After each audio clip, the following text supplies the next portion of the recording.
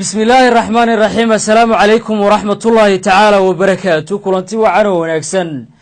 أخيارته هوذا نقد ونيساي إذا لهان تيمبا كسور دوادا وروحا ندين كايني ضافا عالمكا يدولالك الصومالي دا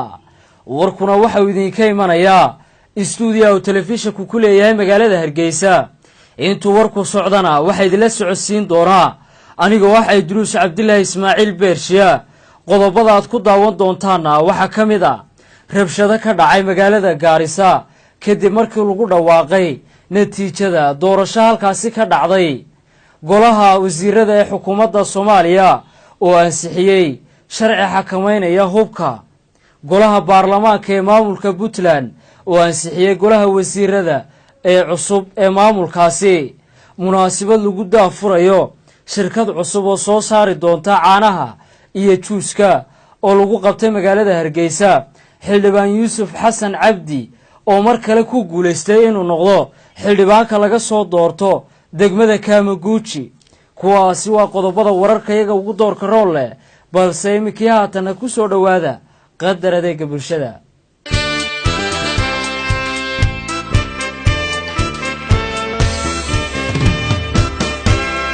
wasaaradda dastuurka ee Soomaaliya ayaa soo gabagabaysay shir wada tashi oo uga socday magaalada Muqdisho sidoo uu ugu soo waramayo wariyahayaga Haashim Aadan Maxamed shirkani oo afartii maalin ee la soo dhaafay ka soconayay magaalada Muqdisho ayaa waxa looga hadlayay arrimo ku aadan dastuurka waxaana ka qayb galay qaybaha kala duwan ee bulshada wasiir ku xigeenka wasaaradda dastuurka iyo agaasimaha guud ee wasaaraddaasi ayaa waxa ay faahfaahin dheer ka bixiyeen muhiimadda uu shirkani lahaa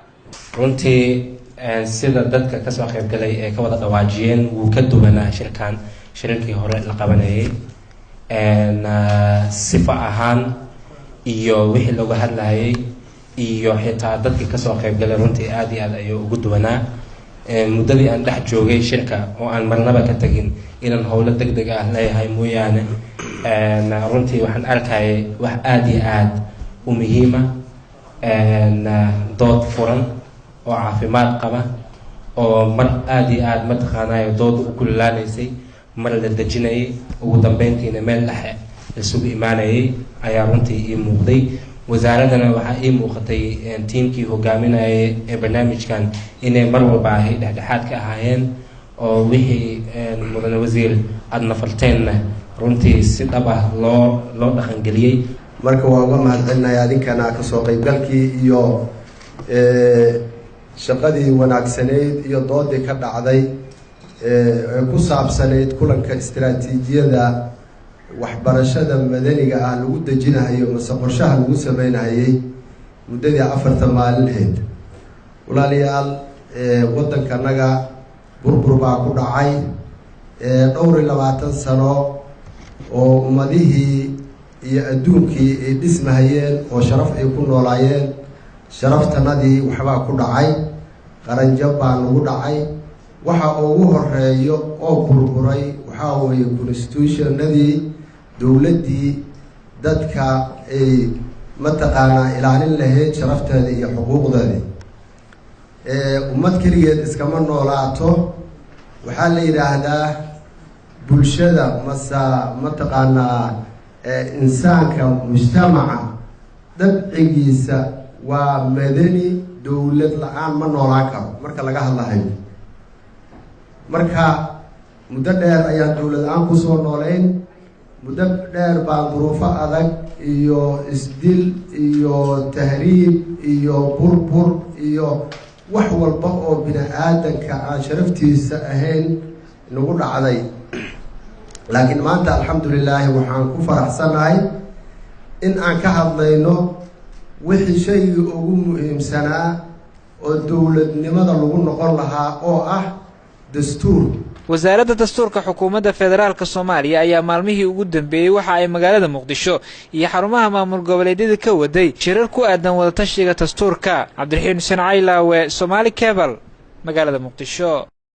golaha wasiirada ee Soomaaliya ayaa ansixiyay sharci xakameynaya hubka sidoo magaalada Muqdisho faahfaahinta warkaasi inooga soo diray Cabdicasiis Beeri golaha wasiirada Soomaaliya ayaa maanta ansixiyay sharciga xakameynta hubka waxdila kaasi oo ku biiraya sharciyadii horay wasiiradu ay u meelmariyeen. sharcigan ayaa waxaa soo diyaariyey wasaaradda amniga gudaha waxaana uu soo maray marxalado kala duwan. wasiirka wasaaradda warfaafinta xukuumadda Soomaaliya injineer Cabdiraxmaan Cumar Yariisow ayaa intaasi kadib qaybaha warbaahinta la wadaagay sharcigan iyo qaabkii loo ansixiyay isagoo sheegay in si aqlabiyad leh golaha wasiiradu maanta ay sharciga u ansixiyeen.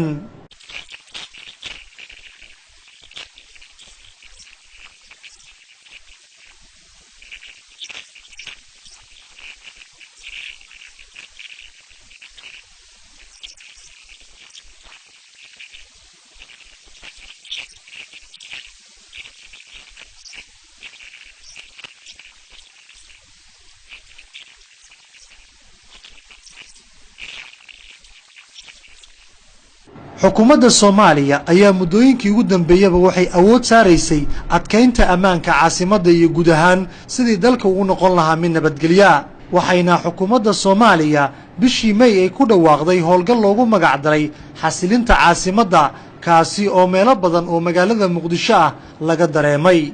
Cabdicays Cabdullaahi Maxamed, Cabdicays Riile Soomaali Cable, magaalada Muqdisho. baarlamaanka maamulka Puntland ayaa ansixiyay golaha wasiirada ee cusub ee maamulka Puntland sidoo magaalada Garowe faahfaahinta warkaasi inooga soo diray jaamacad Dabaraani.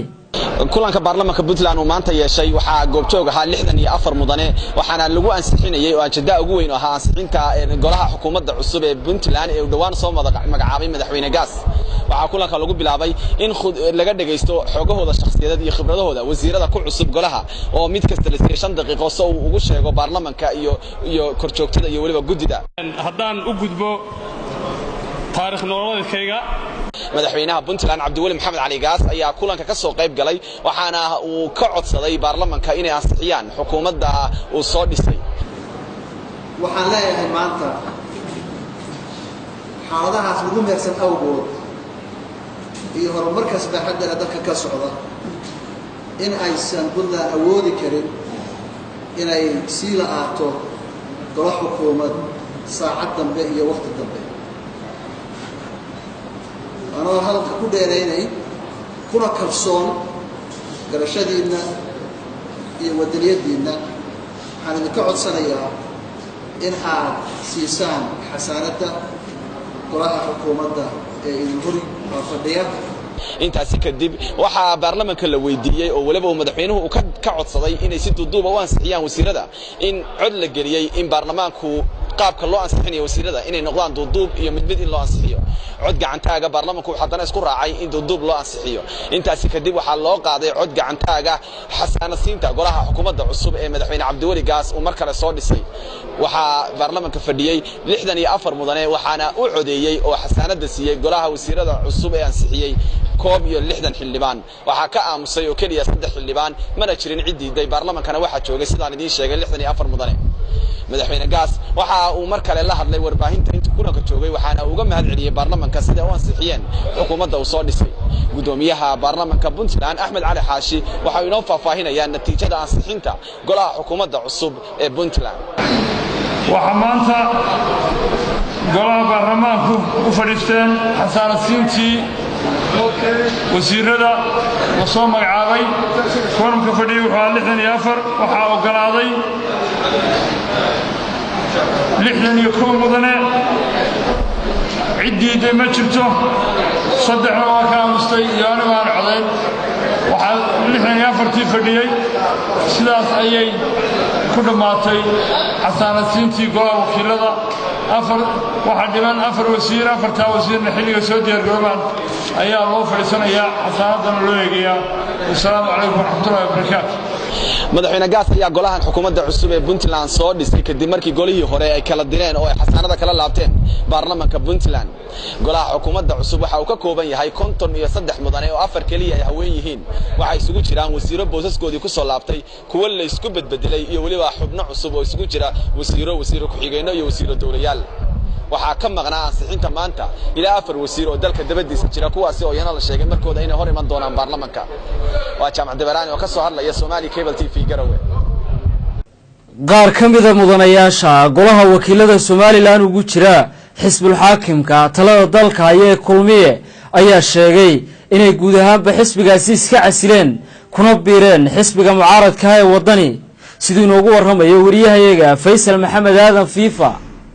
shirkoodan jirayda wadajirka Hargeysa ugu qabteen xildhibaan Mahdi Cabdilaahi Maxamuud iyo sidoo kale xildhibaan Xasan Muuse Hufane oo labadooduba kamid ah mudanayaasha aqalka wakiilada laga soo doorto deegaanka gobolka Awdal kuna abtirsada xisbi xaakimka talada haya kulmiye ay waxay go'dhoweed si rasmi u shaaciyeen inay ka bixeen xisbiga kulmiye kuna biireen xisbiga mucaaradka wadani warfidyada goobta ku sugnaa mudanayaasha ka weydiiyay sababta xilligan soo dadajisay iscasilaadoodan iyo sidoo kale ku biirida xisbiga wadani waxaanay tilmaameen in salka ku hayso go'aankii xukuumadda ka soo baxay ay ku taageertay Baashe Maxamed Faarax oo iyagu dhankooda ay u arkayeen inuu ahaa xaq darro waxaanay tilmaameen in haba yaraatee aanay midna ka tanaasulayn codayntoodii waa sidii hadalkooda u dhigeen aqlabiyadda ku siiyeen Cabdiraxmaan Maxamed Talyanle kana wada dul sugayaan go'aanka ka soo bixi doona maxkamadda sare dastuuriga dalka aniga iyo Mahdi Cabdilaahi Maxamuud oo ag fadhiyay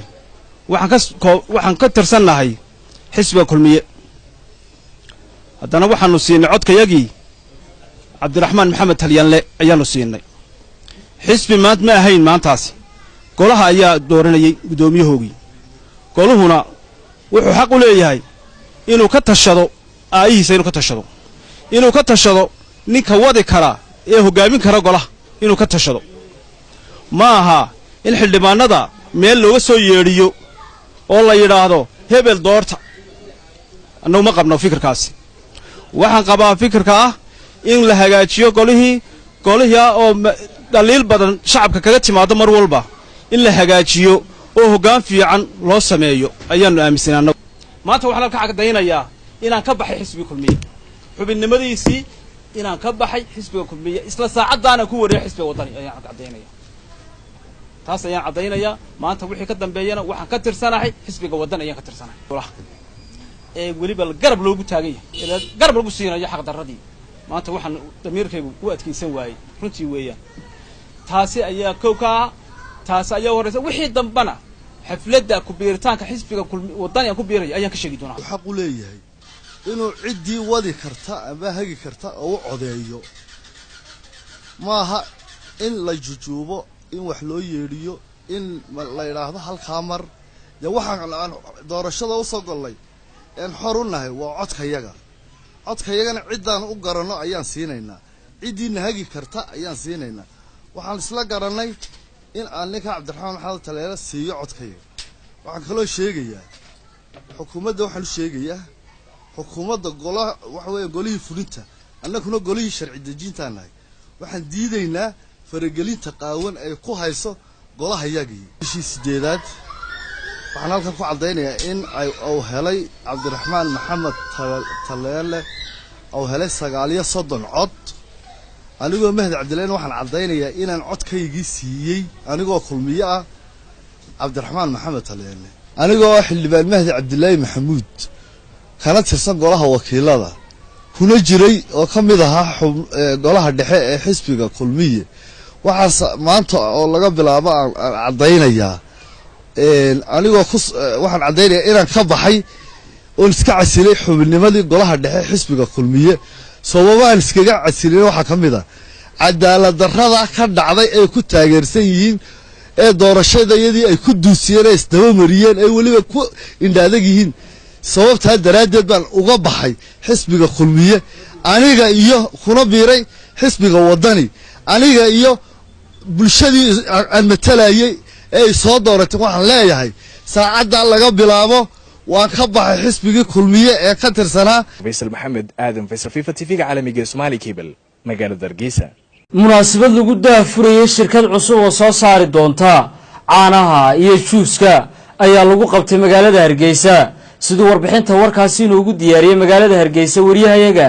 Faysal Maxamed Aadan FIFA munaasabadan balaaran ee abdicitaankeeda sida qurxoon loo soo yeeglalay loona gemgemay una reebanay daafurka caana cusub oo taariikhda markii ugu horeysay warshad ku taala gudaha Hargeysa ay soo saari doonto looguna magac daray Lis ayaa saaka laga daafuray mid kamid ah howlka ka dhex binaysan Hotel Mansour ee dhanka waqooyi galbeed ee magaalada Hargeysa mas'uuliyiin tiro badan oo isugu jira wasiiro xildhibaano salaadiin cuqaal duqayti waxgarad iyo mas-uuliyiinta shirkadda SBI oo ahayd kuwa hirgeliyey isla warshadan cusub ee caanaha ayaa saaka wadajir uga soo qayb galay soona buuxdhaafiyey hoolkii u reebanaad daafurka caanahan cusub barbilowna waxaa halkaa erayo kala duwan ka jeediyey maxamed naasir madaxa suuqaynta shirkadda SBI isaguna faahfaahin mugle ka bixiyey maraaxilkii ay la soo martay hirgelinta warshadan cusub ee casriga shirkad soo saartay caanaha iyo juuska oo mustaqbalka ay ku dara jirto inay soo saarto. shirkaddu waxay ka tirsan tahay gruupka weyn ee la yidhaahdo GSK Group kaas oo horena u maalgeliyey warshadda SBI Coca-Cola. shirkadda Liz Dairies ama shirkadda wadaniga ee caanuhu waxay ku taalaa Jaleero oo u jirta 35 kiiloomitir magaalada Hargeysa waqooyi galbeed. Liz waxay soo kordhisay inay maalgeliso sektorka ama qaybta caanaha iyo juuska. shirkaddu waxay soo saartaa caanaha waqtiga dheer ee loo yaqaano UHT-ga kaas oo tayadooda khubaro caalamiya iyo kuwa wadaniba ay tijaabiyeen oo laisku raacay tayadooda isla markaana caanaha Liz waxyaabaha ay qaniga ku yihiin waxaa ka mid ah faytamiinada A iyo B iyo weliba macdano kale oo isku jira ay ka mid tahay calcium-tu kuwaas oo awood iyo energy siinaya jirka. waxaa isaguna dhankiisa hadalka la wareegay Mustafa Cismaan Gelle maamulaha guud ee shirkadda SBI isaguna dhankiisa dul istaagay ahmiyadda gaar ahaaneed ee u leedahay shirkaddan iyo caanahay soo saaraysa guud ahaan shacbiga Somaliland ee horeba adeegyada kala duwan ee ku midaysan dalada guud ee GSK ay siin jirtay shacbiga Somaliland iyo wadamada kale ee dariska la. maanta waxaan isugu nimid daafurka caanaha Liz. waxaan u malaynayaa biyaha marka laga tago caanuhu waa waxa shayga ugu muhiimsan ee bini aadamku cabo. biyuhu baan u malaynayaa inay ka horeeyaan faa'iidada caanaha bini aadamku u leeyihiinna waynu la wada soconaa. waa caano aada iyo aada tiyadoodu sarreyso oo annagana aaminsanahay inay in badan ka tayo fiican yihiin 25 sannadood caanihii dalka la keenayay dibadda lagaga keenayay. dhankooda waxaa halka hadalka isaga daba maray wasiirka warshadaha Somaliland Shacayb Maxamed Muuse, wasiirka ganacsiga iyo maalgashiga caalamiga Dr. Umar Shucayb, gudoomiyaha rugta ganacsiga Maxamed Shugri, Dr. Eza Adna Adan Ismaaciil, wakiilka gaarka ee Somaliland u qaabilsan wadahadalada Soomaaliya iyo qaybo ka mid ah macmiisha ku xidhan adeegyada kala duwan ee dalada guud ee GSK oo ay ku midoobeen qaybo kala duwan oo ay ka mid tahay warshadda SBI ay shacbiga u soo gudbiyaan.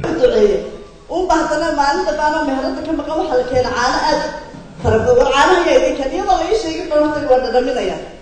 caanihi baa soo qaadan waa dhadhamiye caano warta waxa ka muuqata nafaqa aad farabadan kuwii yaba tabayno weekend jireen ku daalay horta way ka reesanana. secondly caanihi baa ku walaah caanaha waa caano Liz bal magacooda la eegaya mise Liz baa ku qoran fantastic lafahan dhaadheer ku taaganahay ee taxan ee suran ee ku orodno ku boodno ku dhaqaaqno haddii aan caano aanay la siiyeen calcium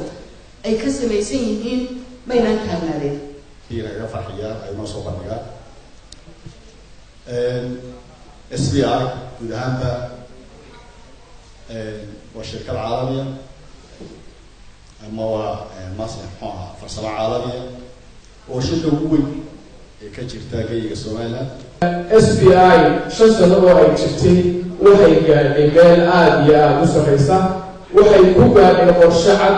waxay ku gaadhay commitment iyo go'aansho maalgeliya shaqada ka sameeya soo saarkeedii waxaa soo u muhiima inay kooxdu shaqo ka helaan iyo inay soo saarkan inoo keeni karo lacagtii aad keenay dowladda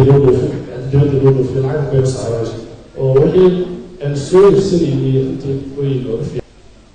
ay leeyihiin caanaha. anigu runtii wasaaradda warshada ahaan muddadii mashruucani bilaabmay ilaa imika si fiican baanu la soconay. shirkadda SBI Coca-Cola guud ahaanteedba si qiimo leh oo baaxad leh bay waddanka wax badan u soo kordhisay. warshadan cusub ee caanaha soo saari doonta oo ku biiraysa gruubka dalada guud ee GSK ayaa hore looga bartay adeegyo kala duwan oo ay qayb ka yihiin warshada sharaabka iyo biyaha iyo adeegyo kulamaan oo inta badan ay isku koobsato daladan guud ee GSK waxaana si weyn shacbigu uga faa'iidaan ugana dhaxlaan adeegyo hufan oo inta badan ay si weyn uga markhaati kacaan doorka ay kaga jirto horumarka guud iyo kobcinta garaadka shacbiga. Faisal Maxamed Aadan Faisal FIFA TV-ga caalamiga Somali Cable magaalada Hargeysa. yuusuf xasan cabdi ayaa mar kale ku guulaystay inuu noqdo xildhibaanka degmada Kaamaguuji sidoo magaalada Nairobi faahfaahinta warkaasi inooga soo diray wariyahayaga Cabdilaahi Axmed Cali. iyadoo guddiga doorashooyinka dalkani Kenya ay soo saarayaan natiijooyinka musharaxiinta ku soo baxaya xilalka kala duwan ee dalka ayaa waxay xilka xildhibaannimo ee degmada Kaamaguuji ku guulaystay yuusuf xasan cabdi. xarunta Shorimoy ayaa lagu guddoonsiiyay shahaadada aqoonsiga ee xildhibaannimo mudan ee yuusuf xasan cabdi oo markii saddexaad ku guulaystay kursiga Kaamaguuji. ilaa iyo 3 musharax ayaa kula tartamayay xildhibaan yuusuf xasan cabdi degmada Kaamaguuji kuwaasi oo kala Ibrahim Jooni oo ka taagnaa xisbiga Waybarka iyo Cabduqaadir oo ka tirsanaa xisbiga ODM. xildhibaan yuusuf xasan cabdi oo warbaahinta la hadlay ayaa u mahadceliyay shacabkii u codeeyay inta ay socoto doorashada iyo sidoo kale musharaxiintii kula tartamayay xilka xildhibaanka degmada Kaamaguuji. aan aad iyo aad u tahniyadeynayaa bulshada Kaamaguuji bulshada Soomaaliyeed sida laxaad kale oo iga soo qayb galeen doorashadan sida ay u dagaalameen sida qiirada codkooda u riteen aad baan ugu mahadnaqayaa. waxaan leeyahay guul weyn baad noo soo hoyisheen aad baan anigu ii sharafteen mas'uuliyad culusna waad ii dhiibteen ilaahay ha idin sharfo aniguna waxaan idin ballan qaaday inaan idin shaqaynayo. waxaan kaletoon aad ugu tahniyadeynayaa shaqaalaha xafiiskayga tiimka yuusuf ee doorashadan ololaha doorashada ku soo jiray. waxaan aad iyo aad ugu mahadnaqayaa xildhibaanada dadka xildhibaannimada u tartamay uu ka mid yahay walaalkay Ibrahim Axmed Jooni Cabduqaadir Cumar iyo dhammaanba dadkii ka soo qayb galay. waxaan leeyahay waad mahadsantihiin. xilligan wixii ka dambeeya aniga xildhibaankiina idin wada ah Soomaali oo dhan ma kala jecli ninkii ii codeeyay iyo ninkii kaleba meel kastoo joogtaan aniga xildhibaanka Kaamaguuji waan idin shaqaynaya midnimo cadaalad ayaan u shaqaynayaa horumarka Kaamaguujina waan u shaqaynayaa. yuusuf xasan cabdi ayaa ah xildhibaankii ugu horreeyay oo Soomaali Kenyaan ah oo degmada Kaamaguuji xil ka soo qabta 3 doorasho oo isku xigta. Cabdulaahi Axmed Cali telefishinka Somali Cable Nairobi. wasaaradda maaliyadda ee Somaliland ayaa daafurtay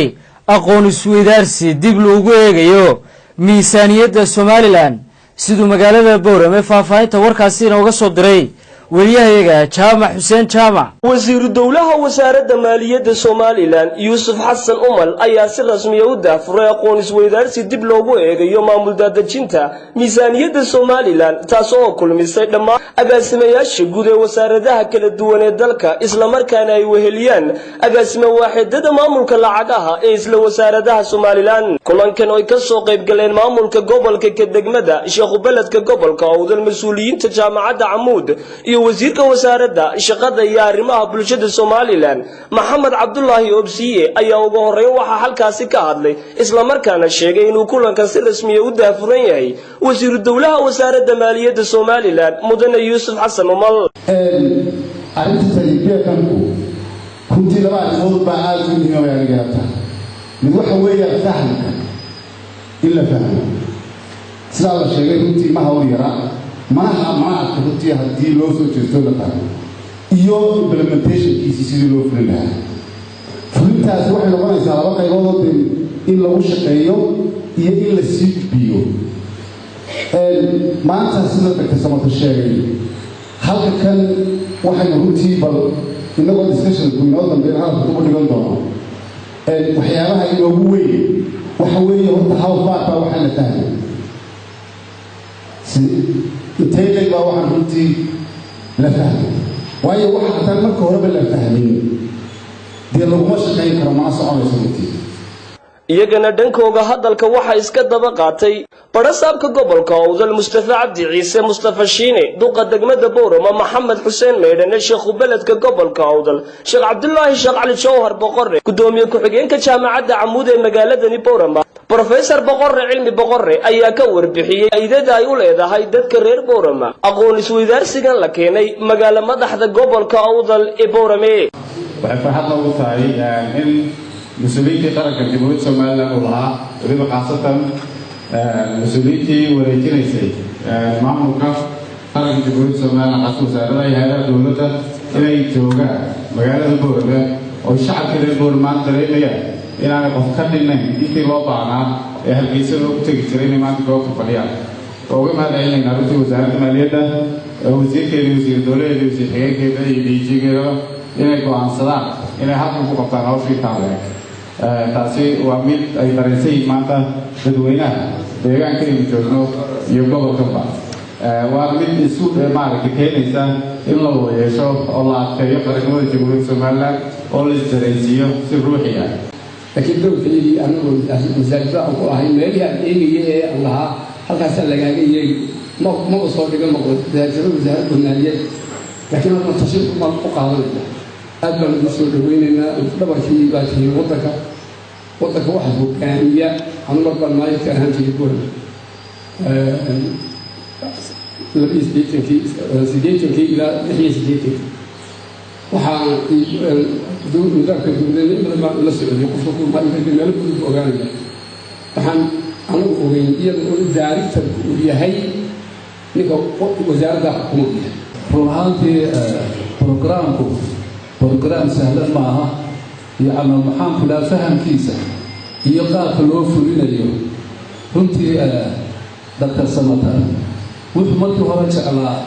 oo aad ugu dagaalaya maanta xamuudinayna farxa maanta dadkii tababarka ay qaadato halkiisina ay qaadato wixii way isu yar iman waayeenoo markaan aad uga fikirnay in badan baanu shirshirnay waxaan markii tababaranay inaan u dayna halkiisa gabagabadii wasiirka wasaaradda shaqada iyo arrimaha bulshada Somaliland Maxamed Cabdullaahi Obsi oo goobtaasi ka hadlay ayaa waxa uu ka dhawaajiyay كلي أمها تقيا وزارة المالية يؤتي كرسول شقيسي يتداديه نيسا أمام محاسوة كاسيتي برنامج كان BFM محا فلي أيها public financial management reform سيدة محاورة قرآن ويجب حضي مارين تمالية تأترف كلي مارين تأتي حضي أمام مالية لو تير بي كفر إذا لو تير وريفيو يكسبت ودخل يخرج أقسمياش يقولي أقسمياش المعامل وإيه هو سماعي تدلكم كل ومشيكا هجية إيه قامية يعني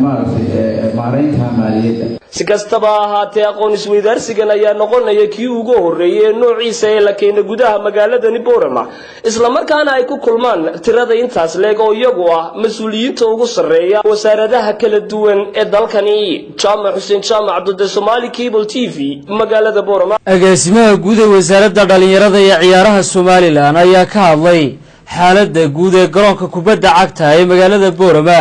sidoo noogu soo waramayo wariyahayaga Jaamac Xuseen Jaamac halkani waa garoonka kubadda cagta ee Xaaji Daahir Stadium ee magaalada Boorama garoonkan ayaa ahaa mid laga deerinayay maalmihii ugu dambeysay xaaladiisa isla markaana ay waxyeelo xooggan u geystay roobabkii ugu dambeeyay ka daa gudaha gobolkani Awdal sidoo kale iyaduna maalmihii ugu dambeeyay waxay qaar ka tirsan dhalinyarada ku dhaqan gudaha magaaladani ka howlanaayeen sidii qaadaan ururin ugu sameyn lahaayeen garoonkan taas oo lagu dayactirayay baahiyaha kala duwan ee ku gadaaman garoonkaasi agaasimaha guud ee wasaaradda dhalinyarada iyo ciyaaraha Somaliland oo qaar ka tirsan warbaahinta gobolka Awdal kula hadlaya hotel raysay magaalada Boorama ayaa ka waramay qorshahooda ku aadan garoonka kubadda cagta haddaan u soo noqdo gaaraan garoonka stadium Xaaji Daahir Stadium waxa dhacay markii roogii la dhigay gabagabada mashruuca waxa la sameeyo faniska ama xindaabka oo wax weeye aan mid quality lahayn la adkeeyo oo kor loo qaado waxa kale oo yana timiin intii laga sameeyo xagga magaranaysa in laga adkeeyo oo VIP fiican loo sameeyo dressing roomkii qolkii lagu dhafisanayeen laga hagaajiyo ayaa waxa timiin arrin dabiici xagga Ilaahay ka timi oo roobabkii dalka ka daay ayaa sababay inay wax weeye damage u soo gaadho oo gidaarkii dubo arrintaana sababteeda waan idiin sheegay garoonku meeshu ku yaallo waa meel runtii biyo qabatina oo ereyadaas ahayd meelo loogu talagalay beero ahaana jirtayba sida laga sheegay aan maqlay